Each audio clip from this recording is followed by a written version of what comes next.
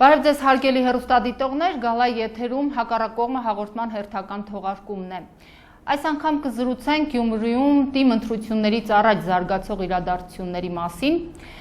Հակառակ կողմերից մեկում իմ հյուրն է Լևոն Բարսեղյանը, Գյումրու ավագանու անդամ եւ Գյումրու ժուրնալիստների ասպարեզ ակումբի խորհրդի նախագահ։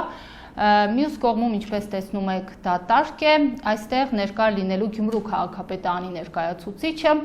սակայն երեկ մեզ տեղեկացրեցին, որ Գյումրու քաղաքապետարանից ոչ ոք չունեն, որևէ մեկը չի մասնակցի այս հաղորդմանը, ուստի մենք կխոսենք պարոն Բարսեղյանի հետ։ Շնորհակալ եմ Լևոն իմ հրավերը ընդունելու համար, այստեղ գտնվելու համար, խոսենք թիմ ընտրություններից առաջ Գյումրիում ծավալվող գործողություններից, զարգացող իրադարձությունների մասին։ Սկզբում շատ կուզեի զրուցենք նախ համատիրությունների մասին եւ համատիրությունների աշխատուժը, այսպես ասած, ապօրինի շահագործման մասին, որովհետեւ շատ են դժգոհությունները, մենք ծավալուն լրատվական անդրադարձով նաեւ լուսաբանել ենք, ցույց ենք տվել համատիրությունների ղեկավարների եւ աշխատակիցների դժգոհությունների պատճառով անդրադարձել ենք, որ Գյումրու քաղաքապետարանից փորձում են շահագործել այս մարդկանց, եւս մեկ անգամ իրազեկենք քաղաքացիներին եւ համատիրությունների աշխատակիցներին, որ որևէ մեկը իրավունք չունի իրենց աշխատուժը ապօրինի օգտագործելու, որովհետեւ իրենք ընդհանրապես համատիրությունը անկախ մարմին է, իրենք անկախ մարդիկ են եւ այդ թվում նաեւ համատիրությունների մոնիտորինգի աշխատակիցները, բաժնի ղեկավարը Շիրակ Շահնազարյանը իրավունք չունեն իրենցից պահանջելու, որպեսզի քարոզչություն իրականացնեն, ցուցակներ հավաքագրեն, բացակաների անձնագրերի կոպիաներ վերցնեն եւ այլն։ Ես մի հարց ունեմ, եթե կարելի է, քաղաքապետարանին տեղեկացված է, թե ուրիշ ում եք հրավիրել։ Այո, քաղաքապետարանին տեղեկացված է եւ որոշեցին չմասնակցել այս։ Այդպես որոշեցին։ Հա, ինձ վայել չէ իհարկե իրենց բացակայությամբ իրենց քննադատել։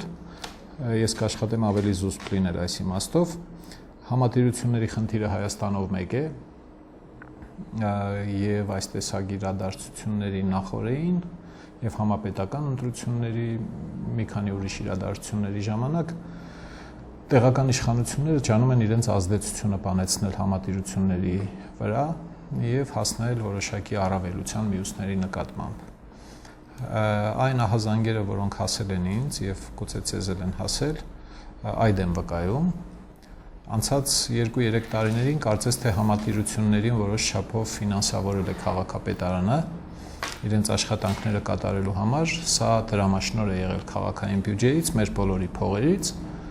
եւ ոչինչ ավելի քաղաքապետարանը այս իմաստով իրավունք ունի միայն վերահսկել դրամաշնորհների ծախսումների արդյունավետությունը եւ չարաշահումների բացառման հանգամանքը։ Իսկ թե ընդհանրապես համատիրությունները ինչով են զբաղվում, արդյունավետ են աշխատում, թե ոչ,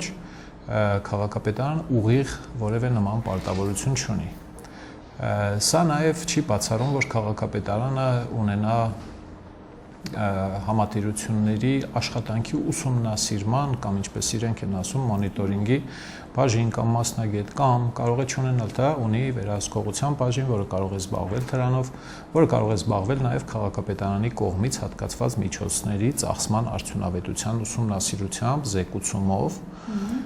նույնիսկ ավականուն տեղյակ պահի, որտեղ ավականին է այդ միջոցները ի վերջո հատկացնում, հաշվետվություններ բերի։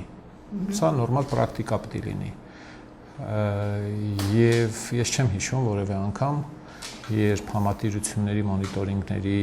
մոնիտորինգի բաժինը այդ պաշտոնյայի հետ որևէ հաշվետվություն ներկայացրած լինի ինձ կամ ավականու մյուս անդամներին, թե ահա այսպես ենք ծախսել, փողերը տվել ենք հարցազրույցների տեսքով եղել է եւ համատիրությունների ղեկավարներից ոմանք նույնպես հարցազրույցներ են տվել, պատմել են թե ինչ են արել, դա նորմալ է, պիտի լինեն նման բաներ, բայց երբ քաղաքապետարանը փող է ծախսում, այս մասին պիտի անպայման հաշվետվություններ լինեն անկախ այդ գումարի մեծությունից։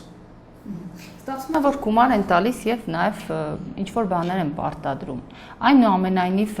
քարոզչություն իրականացնելու իրավունք ունի համատիրության անդամը։ Համատիրությունների մասին օրենքով 2002 թվականին ընդունված, այնտեղ որևէ բառ չկա այս մասին եւ ընդհանրապես հատկապես երբ այս դեպքում, շատ դեպքում համատիրությունների ղեկավարներին ու անդամներին պարտադրել են անգամ ցուցակ մտնել։ Ուրեմն նայեք, մինչև պաշտոնական քարոզարշավի մեկնարկը Հայաստանում գործում են մարտեր առանց կանոնների սկզբունքը, ով ինչ կարողանում է անում է։ Հիմա եթե ուշադիր լինեք, կտեսնեք, որ քաղաքապետը քաղաքապետարանի աշխատակիցների եւ ավականու որոշ անդամների հետ այցելություններ է կատարում համայնքի տարբեր հատվածներ, տարբեր տեղերում արագ-արագ ինչ-որ փողոցներ են վերանորոգում, բացում են դրանք, դեռ էլի են անելու քաղաքի օրերն են նշելու, ոմանց պատվավոր քաղաքացի են տալու եւ օրենքով չի արգելվում նման բաները, բոլորը հասկանում են, որ սրա տակ քողարկված քարոզ է եւ բնականաբար մրցակից, կուսակցությունները եւ քաղաքական ուժերը նույնպես այս մեթոդից օգտվում են։ Բնական է ճիշտն ասած եւ այդտեղ մի ֆանտաստիկ բան չկա։ Ուրիշ հարց, որ համատիրությունների նախագահները իրենց որպես համատիրության նախագահի լիազորությունները անցնում են, բայց սա շատ մեծ խնդրեմ է, որը Հայաստանում կա շատ վաղուց եւ լայնորեն տարածված է։ Խոսքն այն մասին է, որ մարդիկ հաճախ տեղյակ չեն ինչպես է ձևավորվել այդ համատիրությունը եւ ինչպես է ընտրվել համատիրության նախագահը, փողերը հաճախ վճարում են, չգիտեն թե իրականում նրանք չեն նշանակվում, իրականում պիտի նրանք ուրեմն ընտրվեն։ Ինչ որ մի փակ, կիսափակ ժողով են անում, հետո գալիս բնակչին ասում ենք ստորագրեք այստեղ, որ հա դե համաձայն եք եղել, ժողովին եք եղել, թե մարդիկ էլ շատ չեն խորանում, մտածում են, որ հա դե թաղում ազդեցություն ունեցող մարդ է ըստ երևույթին, կամ տեսել են մի անգամ ինչ որ մի պաշտոնյայի կողքը կանգնած զրուցելիս, ժպտալիս կամ ինչ որ շփման մեջ ազդվում են եւ ասում են հա դե լավ, բայց հետո գալիս են սկսում են փողերը հավաքել, մարդիկ շատ հաճախ չեն իմանում, թե այդ փողը ինչու են տալիս, իներցիոն մտածողության արդյունք է։ Եվ տեղյակել չեն համատիրության նախագահը ինչ իրավունքներ ունի եւ ինչ պարտականություններ ունի։ Հիմա լավ է ուշ, քան ավելի ուշ խորհուրդս այն է բոլոր քաղաքացիներին, որ հենց կգան ցեզնից փող ուզելու, համատիրության նախագահ չէ, ով ուզում է եղնի գլխին լուսապսակ կլինի, հրեշտակի թևեր կունենա, մի հատ հարցրեք ով ես, ինչացու ես, ինչի ես մեզ անհանգստացնում, փող ես ուզում հավաքես, հələ մի հատ ասա այդ փողի դիմաց բյուջեն մի հատ հրապարակես համատիրության։ Տեղեկատվության ազատության մասին օրենքով համատիրության նախագահը պիտի հրապարակի իր համատիրության բյուջեն, եկամտային մասը, ծախսային մասը, համայնքի համար այդ տարածքի համար համատիրության համար մատուցվող ծառայությունների ցանկը, գները, գնագոյացումը եւ այլն եւ այլն։ Այս ամբողջը պիտի արվի։ Քաղաքացիները պիտի պահանջեն եւ բացատրություն, եթե չէ, դե ասեն գնաս տեղից, ընկեր, вообще կորչ չունենաս մեզի հետ, մենք քեզ ոչ մի վճար չենք տալու այլևս, մինչեւ չբերես մեզ այն ծառայությունների ցանկը, որի դիմաց դու պիտի որը պիտի մատուցես մեզ այս բաների դիմաց։ Սա չանելու հետ մեկտեղ կամ ավելի հաճախ չանելու հետ մեկտեղ կան ինչ-որ բարեխիղճ համատիրությունների նախագահներ, որոնք բարեխիղճությամբ ծառայում են, բայց այդ մասին լուրերը անհամեմատ նվազեն, քան թե այն լուրերը, որ համատիրությունները ոչինչ չեն անում կամ ծառայություններ չեն մատուցում։ Սրա փոխարեն իրենք որոշում են զբաղվել քողարկված կամ շուտով արդեն բացահայտ քարոզչությամբ, ցուցակներ, ստուգել, տունն է, տունը չէ, երբ էլ լինի կասեն, որ հա դե համատիրության նախագահ ենք, բայց չիմանանք մեր բնակիչները, բայց իրենց մոտ այդ հետաքրքրասիրությունը սրվում է ընտրությունների անմիջապես նախօրեին, բոլորս հասկանում ենք, թե սա ուր է գնում։ Մյուս կողմից պիտի հաշվի առնենք, որ ով պատվիրում է, ով վճարում է, նաև պատվիրում է այդ սիմֆոնիկ համերգը եւ ում ձեռքին փող կա։ Հիմա ստացվել է այնպես, որ քաղաքապետարանից հատկացվող ֆինանսական միջոցները մեկնաբանվում են որպես քաղաքապետից հատկացվող ֆինանսական միջոցներ, ոչ թե դա մեր հատկացրած միջոցներն են, որը քաղաքապետարանի եւ ավականու որոշմամբ քաղաքապետարանի միջոցով է հատկացվում եւ մարդիկ պիտի իմանան, որ դա նաեւ իրենց փողերն է։ Այդտեղ իրենց լավություն չեն անում։ Թող չփորձեն ներկայացնել, թե որպես լավություն են անում, ցես համատիրությունը եկել է ինչ-որ մի տանիք է նորոգել, ինչ-որ պարտավորեր նորոգել է, քիչ է նորոգել։ Քաղաքացիների վերաբերմունքը սա պիտի լինի։ Ֆինանսների մասին ավագանու նիստից հետո, վերջին նիստից հետո հրապարակվեց, որ եթե չեմ սխալվում 180 եւ ավելի անապահով ընտանիք, սոցիալապես անապահով ընտանիք պետք է 10,000 դրամ ստանան ավագանու որոշմամբ։ Հետագայում փաստորեն ստացվեց այնպես, որ ավագանու որոշ անդամներ բաժանեցին այդ գումարը։ Տարբեր քաղաքացիներ մեզ ահազանգել են այդ մասին, ունենք նաև ձայնագրություններ, ունենք տեղեկություններ, նշվում են անուններ, օրինակ նշում են Վահան Հունանյանի անունը ավագանու անդամ, ով ինքն է տալիս,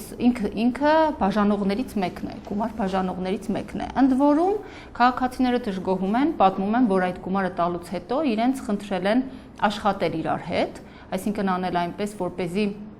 տվյալ ավագանու անդամը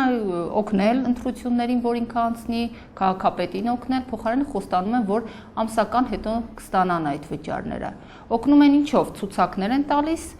որոշակի անձանց անուններ են հավաքում, դեպքեր են եղել, որ անգամ անձնագրեր են հավաքվել, անձնագրեր են ներկայացրել 10,000 դրամի դիմաց 10 անձնագիր։ Ավագանու որոշումը շատ պարզ է, ավագանու որոշումը կա, սակայն քաղաքացին ինչու պետք է ավագանու անդամի ձեռքից գումար ստանա, սա ինչ որոշում է։ Ենթադրենք ինչու դուք չեք տվել այդ գումարը, դուք եք ավագանու անդամ։ Ի վերջո սա որևէ մեկի գրպանից չի վճարվել, մեր գրպանից է վճարում, քաղաքացիների գրպանից, տեղի բյուջեից։ Իրականում ես էլ եմ տվել այդ գումարը, բայց արձերն չեմ տվել։ Ես քվեարկել եմ կողմ, որպեսզի այդ մարդիկ այդ գումարը ստանան։ Բոլոր ավականու բոլոր այն անդամները, ովքեր կողմ են քվեարկել, նրանք որոշել են, որ այս մարդիկ 180 հոգի որպես կարիքավոր մարդիկ ֆինանսական օժանդակություն ստանան, եւ սա առաջին անգամը չէ։ Սա ավականու պատմության ամբողջ ընթացքում եղել է։ Ավելի վաղ սա արվում էր 30, 40, 50 հոգու, մոտավորապես 15-ից մինչև 50,000 դրամի չափով։ Այս վերջին 3-4 տարիների ընթացքում օժանդակության գումարի չափը ստանդարտացվեց, հիմնականում նույն թիվն է 10,000 դրամ, եւ շահառուների թիվը մեծացվեց մոտավորապես ամեն որոշման ժամանակ, ամեն ավականու նիստին սա լինում է մոտավորապես 150-ից 200 հոգի ստանում է ավականին որոշում է համայնքի միջոցներից, մեր միջոցներից հատկացնել այս մարդկանց օժանդակություն։ Սրանով աշխատում է ավականու հանձնաժողովներից մեկը, որը ստուգում է, պարտավոր է ստուգել իրենց դիմաց քաղաքացիների անձը, կարիքավորության չափը, պիտի ճանա, որ դրանք կրկնություններ չլինեն եւ չլինեն մարդիկ, ովքեր դուրս մնան այս հնարավոր օժանդակությունից։ Սա վատ պրակտիկա է ընդհանուր առմամբ։ Օգնությանը, ֆինանսական օժանդակությանը սովորեցնելը հանրությանը, սա շատ վատ պրակտիկա է, բայց եւ գիտենք, որ այո, կարիքավոր մարդիկ շատ են քաղաքում ու պետական իշխանությունը նաև համայնքային իշխանությունը գրեթե ոչինչ չի անում աշխատատեղերի ստեղծումը խթանելու համար, որպեսզի մարդիկ չլինեն։ Մարդիկ ելքան վարժվել են ուղղակի նպաստ ստանալու կամ օգնություն ստանալու եւ աշխատել չեն ուզում, այդպիսի մարդիկ ելքան։ Տեխնիկական խողովակը սրա երբեք չպիտի լինի արձերն ավականու անդամից ինչ որ գումարի հատկացում, այս գումարների մասին է խոսքը, հատկացում կարիքավոր մարդկանց։ Եթե ավականու որոշում է կայացվել, կա մեխանիզմ, քաղաքացին պիտի ավականու անդամի հետ գործ չունենա այդ փողը ստանալու համար։ Ավականու անդամը ես իրավունք չունենք գնալ քաղաքապետարանից այդ ավականու որոշմամբ հատկացված գումարը վերցնել, տանենք արձերն բաժանել, մի հատ էլ ասեմ, թե գիտես, ես եմ արել, այստեղ են արել, էլի դա այդպիսի բան չի եղել։ Եվ իսկ եթե կան կոնկրետ ահազանգեր կոնկրետ ավականու անդամների հետ կապված, պիտի հետաքննվի, անպայման այդ ավականու անդամների կարծիքն ու մեկնաբանությունը պիտի ստացվի, եւ ինչքան էլ Հայաստանում իրավապահ համակարգը չի գործում եւ գործում է սերժապահապան համակարգը, քրեական հանցակազմի երևալու դեպքում պիտի իրազեկվի իրավապահ մարմիններին, չեն բռնելու տատեն որևէ մեկին, թե ասենք ոնց կարող է իր ավականու որոշած փողը հանել համայնքի հաշվից, տալ ավականու անդամին, նա էլ տաներ բաժաներ։ Եթե նման ահազանգեր կան, պիտի անպայման իրավապահներին տեղեկացվի, թող գնան չարչարեն իրար, էլի։ Եթե չկան, ուրեմն մնում է խնդիրը բարոյական հարթության մեջ, պիտի ավականու այն անդամներից, որոնց մասին խոսվում է, պիտի նրանցից բացատրություն ստացվի, պիտի առաջարկվի բացատրություն տալ, որ ահա այսպիսի ահազանգ կա ձեր հետ կապված։ Կարող է անձնապես էս օգնել, ասենք քո գումարն ես տվել ավականու անդամ, լավ ես արել, հա, ուրեմն քաղաքացին պիտի իմանա, որ այս դեպքում ուրեմն անձամբ ավականու անդամը իր գումարն է տվել, ուրիշ բազարներ եղել են, պայմանավորվածություններ եղել են, այդ մասին պիտի հրապարակային խոսվի։ Ուզում եմ ուղղակի շեշտել, որ այդ գումարները, որոնք մենք որոշում ենք ավականու նիստերի ժամանակ, հատկապես որևէ մեկի գումարը չէ, դա քաղաքի ունեցվածքն է, որը ձևավորվում է հարկերից, տուրքերից, պետական դոտացիայից, որը նույնպես ձևավորվում է քաղաքացիների եւ ընկերությունների հարկերից, տուրքերից եւ զանազան վճարներից։ Եվ շահառուները, հարգելի գյումրեցիները, ովքեր այս գումարը ստանում են, պիտի իմանան, որ իրենք ստանում են ոչ թե ավականու այն անդամի ուղղակի օժանդակությունը, անգամ միգուցե իրեն է հանդիպել, դիմումը իրեն է տվել, լավ է սարել, ավականու անդամին պիտի տաս դիմումը կամ քաղաքապետին պիտի տաս այդ դիմումը։ Ինձ էլ են տալիս, որ տալիս են, տանում եմ այնտեղ, ասում եմ, ահա, այս մարդը այսպես դիմել է, բայց ես չեմ գնում այդ շահառուի մոտ, ասում ես եմ արել, որ դու ես բան, ոչ, ավականին է որոշում եւ հատկացնում է այդ գումարը։ Ուրիշ հարց, որ հիմա մենք հետազոտում ենք, թե ովքեր են այն մարդիկ, ովքեր շարունակ ֆինանսական օժանդակություններ են ստանում, արդյոք նրանք հաճախակի են կրկնվում շահառուների ցուցակում եւ ինչքան է նրանց թիվը, ովքեր դիմում են, բայց ֆինանսական օժանդակություն չեն ստանում։ Մեզ հետաքրքիր է ողջել նաեւ աշխարհագրական աշխում այդ շահառուների։ Քաղաքով մեկ հավասարաչափ են աշխված այդ շահառու կարիքավորները, թե ինչ որ թաղամասերում նրանք ավելի շատ են, ինչ որ թաղամասերում քիչ են։ Անշուշտ շատ հնարավոր է, որ կոռուպցիոն ռիսկ լինի սրա տակ, պիտի որ լինի, պարզապես դա առանց հետազոտելու կամ հետաքննելու հայտարարելը ես սխալ եմ համարում, պիտի ուսումնասիրվի, ապա միայն ասվի։ Քաղաքի բյուջեից են այս մարդիկ գումար ստանում եւ ամենևին ինչ որ մեկի գրպանից չեն վճարվում, քաղաքինն է, այսինքն մեր սեփականությունը որոշման հատկացված գումարի մասին է։ Գուցե գիտեք, գուցե դրանից բացի ուրիշ գումարներ են հատկացնում։ Սա արդեն ընտրակաշառք է, դե ուրիշ գումարներ են եւ այն պայմանով, որ պետք է ցուցակ ապահովել, անուններ պիտի տալ, որ խելոք կմնաք, երբեք որ քվեարկելու եք սրա օգտին, նրա օգտին, դրանք իրավապահ մարմինների ուշադրության հետապնդելի արարք է եւ տեղական ինքնական ընտրական օրենսգրքի մեջ ու քրեական օրենսգրքում դրանք սահմանված են որպես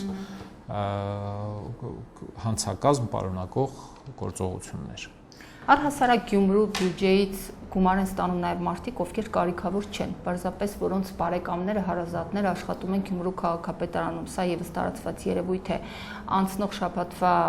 ընթացքում մենք մի ահազանգ ունեցանք, Գյումրու քաղաքապետարանի աշխատակիցներն էին նամակ հղել, անվանական, խոսքը Շիրակ Շանազարյանի կնոջ մասին էր, այսօր առավոտ էլ նորից քաղաքապետարանից աշխատակից էր զանգահարել, տեղեկացրեց, որ Մանասյանի, Կնյազ Մանասյանի դուստրը արդեն 4 տարի ինքը աշխատում է, ճակերտավոր աշխատում է Գյումրու քաղաքապետարանում, իրականում ուսանող է, աղջիկը սակայն վճարվում է։ Շատ են ըստ ձեզ այս մարդկանց անունները, ովքեր չեն աշխատում, բայց ձևակերպված են, չգիտեմ, տարբեր հաստիքներով։ Ես կարծում եմ, որ նման բաները լուրջ հետաքննության առարկա են, ահազանգեր, բայց դրանք պիտի ուսումնասիրվեն եւ ուսումնասիրության արդյունքները հրապարակվեն։ Լուրջ հետաքննության առարկա ասելիս նկատի ունեմ նաեւ, որ դրանք շատ աշխատատար են։ Իսկապես պիտի խորությամբ հետաքննել այդ ամբողջը եւ բացահայտել։ Ես չեմ արել նման հետազոտություն եւ չեմ կարող անվանական ասել, բայց քաղաքապետարանի աշխատակազմի անարդյունավետ լինելու մասին բազմից եմ ասել եւ քաղաքապետին եմ ասել ու ավականուն նիստերի ժամանակ եմ մի քանի անգամ ասել, որ այն աշխատանքը, որ կատարում է քաղաքապետարանի աշխատակազմը, կարող է կատարել այժմյան աշխատակազմի 70%-ի կազմով, այսինքն 450 հոգի բուն քաղաքապետարանային աշխատակազմ ունի, ինձ թվում է, որ 320 շատ 350 հոգին բավարար է այդ աշխատանքը կատարելու համար, այսինքն պարապության գործոնը շատ բարձր է քաղաքապետարանում։ Բաժիններ կան, օրինակ մշակույթի բաժինը իմ խոր համոզմամբ 11 հոգի է հաստիկացուցակով, 2-3 հոգին իսպառ բավարար է այն աշխատանքները կատարելու համար, որը իրենք տարեկան պլանավորում եւ կատարում են։ Կամ 11 հոգով պիտի կատարվի 3-4 անգամ շատ աշխատանք, քան կատարվում է հիմա։ Կարող են վիճել իհարկե, լավ կլիներ, որ կային բանավիճեինք, եթե բանուն էին ասելու կամ ցանկացած մագարտակում կարող ենք բանավիճել, պատրաստ եմ ապացուցել, որ պարապների հաստատությունը պիտի վերածվի ընդհանրապես, այսինքն ով համարում է, որ պարզապես գործ չանողին պիտի վճարի, թող տանի իր բիզնեսում մի կորս տա, անկյունում նստի կոֆե պի խմի, կոֆեի բաժակը նայի,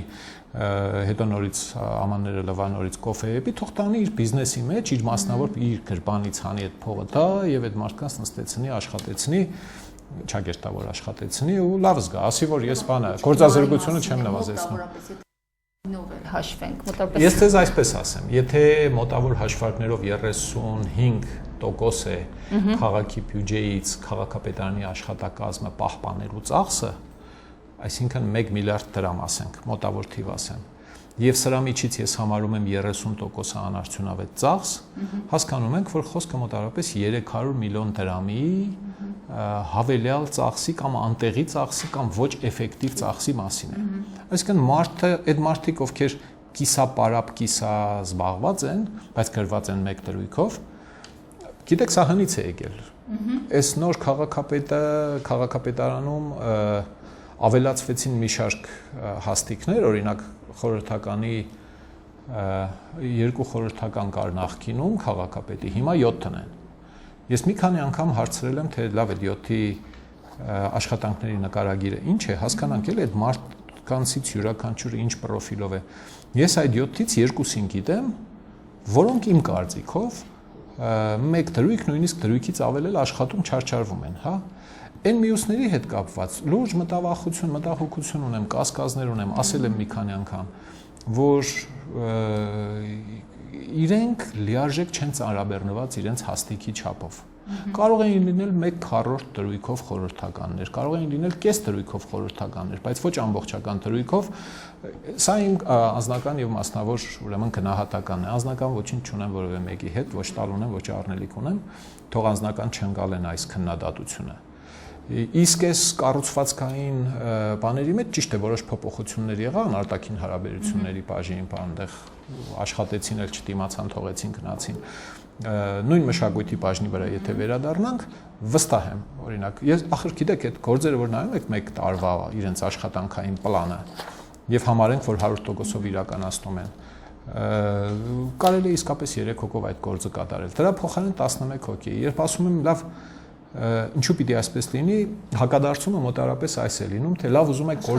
գործազրկություն ավելանա, ներողություն, ժողովուրդը չի ստեղծվել պաշտոնյա պահելու համար կամ աշխատատեղ պահելու։ Բան արեք, 450 հոգու աշխատավարձերը կիսեք բոլորինը, դարձրեք 900 աշխատող,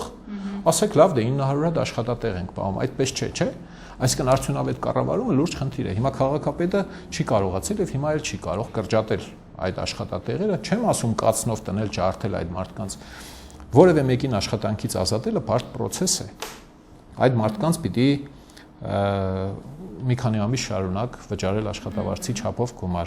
Ես կարծում եմ, որ հարկավոր է այդ մարդկանց ինչ-որ նոր մասնագիտություններ սովորեցնել քաղաքապետարանի հաշվին, ուսուցումներ անել, նոր մասնագիտություն, աշխատատեղ փնտրել, փորձել տեղավորել, օգնել, ի վերջո սոցիալական աջակցություն ցույց տալ զբաղվածության կենտրոնի հետ, ապա միայն ազատել աշխատանքից, բայց այնպես լինի, որ արդյունավետ աշխատեն։ Կարող է, հիմա բոլորին հարցնում եմ, կարող է 60-70 հազար դրամ ստացող մասնագետը քաղաքապետարանի դրանով իսկապես տուն պահել եւ աշխատել օրական 8 ժամ, կամ պիտի ձեռի հետ ինչ-որ գործ անի, կամ պիտի վատ անի իր գործը, կամ աշխատանքի ժամանակ պիտի ուրիշ գործ անի։ Հասկանում ենք, որ արդյունավետ չէ։ Վերև ելնենք տեղակալները 240,000 դրամ աշխատավարձով, կամ քաղաքապետի աշխատավարձը հարկերը ներառյալ 300,000 դրամ։ Հնարավոր է այդ գումարով Գյումրու քաղաքապետ աշխատել կամ տեղակալ աշխատել 200,000 դրամ մաքուր աշխատավարձ ստանալով, այդքան էլ չեն ստանում։ Հասկանալի է, որ չէ։ Այս մարդիկ պիտի իսկապես սկսեն ինչ-որ ձեռի հետ գործեր անել, բիզնեսներ ունենալ, բաներ անել։ Այսինքն ընդհանրապես կառավարման մեքենան շատ վատ է աշխատում Գյումրու քաղաքապետարանում, նույնը Վանաձորում է եւ ելի մի շարք քաղաքներում, արդյունավետ չէ, էֆեկտիվ չէ։ Եվ չեմ բացառում, որ կան այսպես կոչված առաջադային ամեռած հոգիներ, հա, մարդիկ, որոնք թղթի վրա կան եւ իրական գործի մեջ չեն երևում։ ի վերջո կարելի է մոնիտորինգային տեսախցիկ տեղավորել քաղաքապետարանի դռան առաջ եւ հսկել ովքեր են գալիս, ովքեր են գնում եւ շուտով լինելու է այդ քարոզարշավը, քարոզարշավի ժամանակ առավել եւս հարկավոր է ժամը 9:01 րոպե ստուգել տեղում են, ընդմիջումից 1 րոպե պակաս, ընդմիջումից 1 րոպե հետո 6-ից 1 րոպե պակաս, պիտի հսկել, տեսնել, հասկանալ այդ մարդիկ ամբողջ քաղաքապետարանի աշխատակազմի մասին է խոսքը։ Սա արատավոր պրակտիկա է Հայաստանով մեկ այդ վարչական ռեսուրսը օգտագործել իրենց շահերի մեջ, թող գնան գործից հետո քարոզչություն կանեն սրա նրա, թող գնան անեն։ Իսկ այդ կոնկրետ դեպքերը հարկավոր է քննել։ Ես ուղղակի փաստացի տեղեկություն չունեմ, չեմ կարող անվանական մեկնաբանել դրանք։ Եվ Լևոն, վերջում խոսենք նաև ստորագրահավաքից, որը ավարտված է արդեն, այսօր ձևաթուղթը վերջնական ստորագրություններով, մաքուր հաշիվ, այսպես ասեմ, շուրջ 1800 եւ 14, չէ՞։ 17 հավաքական անդամներ եւ 1800 չէ, շատ էր, 1803 չի առաջորը երեկոյան էր։ Մոտավորապես 1900 մաքրվել են, այսինքն այն ցուցակները, որտեղ թեկուզ կա մեկ անուն ազգանուն, որտեղ, չգիտեմ, հայրանունը ենթադրեն գրված չէ կամ հասցեն ամբողջությամբ չէ, այդ ձևաթղթերը ընդհանրապես կողքի են դրվել, ենթադրենք մեկ ձևաթղթում 11-12 հոգի են, մեկի պատճառով այդ ձևաթղթը կողքի է դրվել։ Տվյալ դեպքում ընթացակարգի մասին մի փոքր նաև քաղաքացիներին իրազեկենք, հիմա այսուհետ փաստորեն մեկ ամսվա կտրվածքով հրավիրվում է նոր արտահերթ նիստ Տեղական ինքնակառավարման մասին օրենքով սահմանվում է, որ քաղաքացիների ստորագրությունները եւ որոշման նախագիծը, որի համար նրանք ստորագրել են, պիտի հանձնվի քաղաքապետին պաշտոնապես, պիտի մուտքագրվի քաղաքապետարան եւ այդ ամբողջը մուտքագրելուց կամ ստանալուց հետո մեկ ամսյա ժամկետում համայնքապետը պարտավոր է ավականուն նիստ հրավիրել։ Եթե մեկ ամսում ինքը ինչ-որ նիստ ունի նախապատրաստվող եւ պիտի հրավիրեր, պարտավոր է այդ որոշման նախագիծը ավելացնել օրակարգում։ Սա այն որոշման նախագիծն է, որը ավականին նիստի սկզբում իրավունք չունի օրակարգից դուրս բերել։ Սա օրենքով պարտադրված է եւ օրենքով իրենք պարտավոր են քննարկել այդ հարցը։ Եթե նիստ չունի մեկ ամսվա ընթացքում, այդ մի հարցի համար համայնքապետը պարտավոր է նիստ հրավիրել։ Հիմա պրակտիկայում սա 1-2 գյուղում է կիրառվել։ Պրակտիկայում կարող է մեր դեպքում եւ այս հարցի հետ կապված կարող է լինել այնպես, որ ավականու անդամները չուզեն լսել այդ հարցը, որովհետեւ հերթական անգամ ռիսկ է ծագում ստուգման։ Իրենք մնում են իրենց կարծիքին, թե փոխում են իրենց դիրքորոշումը Լևոն Սարգսյանին թողնել Գյումրու պատվավոր քաղաքացի, թե ոչ։ Եթե չեն գումարում այդ նիստը, արձանագրվում է, ինչպես տեղական ինքնակառավարման մասին օրենքն է ասում, արձանագրվում է, որ նիստը քվորումի բացակայության պատճառով չի կայացել։ Բայց այդ հարցը ընդհանուր օրակարգից չի հեռանում։ Հաջորդ նիստի ժամանակ պարտավոր է համայնքապետը այդ հարցը նորից բերել օրակարգ։ Եթե նիստ են գումարում, բոլոր հարցերը քննում են, որոշում են կայացնում, այդ մի հարցի ժամանակ բոլորը դուրս են գալիս գնում են, նիստը համարվում է չավարտված։ Այսինքն հետո ավականին հենց հավաքվեց, պիտի գումարի նիստի շարունակությունը։ Այսինքն սա կոնկրետ ժողովրդական շախ է, այո, ժողովրդական շախ է եւ պիտի ավականին կարողանա արժանապատվությամբ դուրս գա դրատագից կամ պիտի վերահաստատի ուղղակի տնի ասի, չէ, թողնում եմ ես այդ ականավոր երևելի, հա, գյումրեցիների շատ սիրելի մարդուն թողնում եմ Գյումրու պատվավոր քաղաքացու կոչումով։ Մոտավորապես այս հեռանկարներն են ենթադրել։ Եթե տեղի ունենա հրաշք եւ ավականին հաշվի առնի քաղաքացիների կարծիքները, որոնք ստորագրել են, ինչքաններ չեն ստորագրել եւ չկա որևէ մեկ այս 17 հոգուց ավելի, որ երնի ասի հայ ես կողմ եմ, որ Լևոն Սարգսյան լինի Գյումրու ավականու անդամ, հրաշք տեղի ունենա եւ այս ավականին վերանայի իր կարծիքը, հաշվի առնի քաղաքացիների դիրքորոշումը եւ քվեարկի պատվավոր կոչումը յետ վերցնելու օկտին, ինչը տեղական ինքնակառավարման մասին օրենքով սա միայն պատիվ կբերի իրենց եւ անշուշտ կբարձրացնի նրանց վարկանիշը։ Քաղաքական, խոշոր քաղաքական իմաստով իրենց վրա ճնշումներ կլինեն իհարկե։ Երևանից պիտի ճնշեն քաղաքապետին, քաղաքապետն էլ ավականու իր համաձայն անդամներին, որոնք իր հետ համաձայն են եղել այս հարցում։ Դե հիմա գիտեք, կյանքը ընտրություն է, ամեն մեկը պիտի ինքը որոշի, ինչպեսի վարք է դրսևորում։ Ինչպես եղավ, որ ինձ ճնշել չկարողացան, ասենք։ Իրենք էլ պիտի իրենք որոշեն, իրենք թույլ են, իրենք համաձայնեն, թող ելնեն մեկնաբանեն, ասեն իսկապես այս մարդը մեծ ներդրումներ ունի Եվ արժանի է բանավիճեն այն մարդկանց հետ, ովքեր հակառակն են կարծում։ Եվ ի վերջո մարդը կարող է իսկապես նվիրատվություններ առած լինի քաղաքին, բայց հանրությունը գտնի, որ ինքը դեռ քաղաքի պատվավոր քաղաքացու կոչման արժանի չէ։ Ուզում եմ ասել, որ քաղաքականությունը մի այնպիսի բան է, որ որտեղ ինչ խոսես չխոսես, պատերի տակ, գլուխը դիչվար մեկի տոշին դրած լաց լինես, բան եւ այլն, գալիս հասնում ես մի պահի, երբ որ դու պետք կոնկրետ գործողությամբ, այս դեպքում սա քվեարկությունն է, դու պետք կոնկրետ ապացուցես քո քաղաքական դիրքը։ Եթե գտնում է Մարդկան ընտրում է լղոզելու ճանապարհը Վարդգեն Գրիգորյանը։ Ինքը սկզբում ստորագրել էր, հետո ասաց չեմ ստորագրել, հետո վերջում չեկավ։ Եթե դեմ էր, դժգոհ էր, կարող էր գալ ձևաթղթի տակ ստորագրել։ Գիտեք, ես համարում եմ, որ Վարդգեն Գրիգորյանի պես մարդկանց պիտի ոչ թե սпасել, որ կան, այլ պիտի գնալ առաջարկել, պիտի ասել պարոն Գրիգորյան,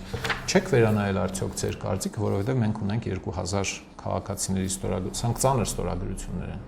Ուրիշ համայնքներում, որ նման ստորագրահավաք է եղել, անուն ազգանուն ստորագրություն են դրել միայն, այդպես շատ հեշտ է։ Այդպես շատ-շատերը կստորագրեն։ Բայց երբ մարդը գրում է իր անձնագրի տվյալներն է տալիս եւ հաշվառման հասցեն է տալիս, այսինքն ինքը համարձակությամբ հայտ է ներկայացնում, պատրաստ է դիմագրավելու ցանկացած հարձակման իր դեմ։ Այսինքն ինքը շատ լավ գիտե, չէ՞, որ իշխանությունն իմացավ ինքը որտեղ է ապրում, ով է ինքը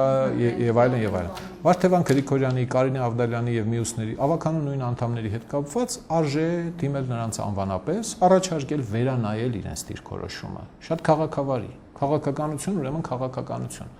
Ձեզ բացատրած են եղել, որ այս մարդը արժանի է, դուք առաջարկել եք եւ կողմ եք քվեարկել, լավ եք արել, բայց հիմա տեսեք 2000 հոգի ասում է, որ այդ մարդը արժանի չէ։ Արդյոք դուք չեք վերանայելու ձեր կարծիքը, սա շատ կարևոր է։ Վարդգեն Գրիգորյանի մեր լրագրողը հարցրել էր հենց տեսախցիկի առաջ։ Չի վերանայել իր գործը։ Եվ հանրությունը իր վերաբերմունքը կառուցում է քաղաքական գործիչների նկատմամբ նաև ըստ այդմ։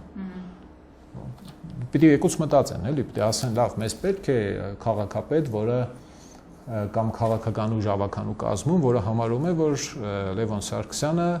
Գյումրու պատվավոր քաղաքացու կոչման արժանի մարդ է։ Եթե պետք է այդպիսի քաղաքապետ եւ ավականու անդամ, պիտի գնան իրենց քվեարկեն։ Եթե համարում են ոչ, ուրեմն ոչ։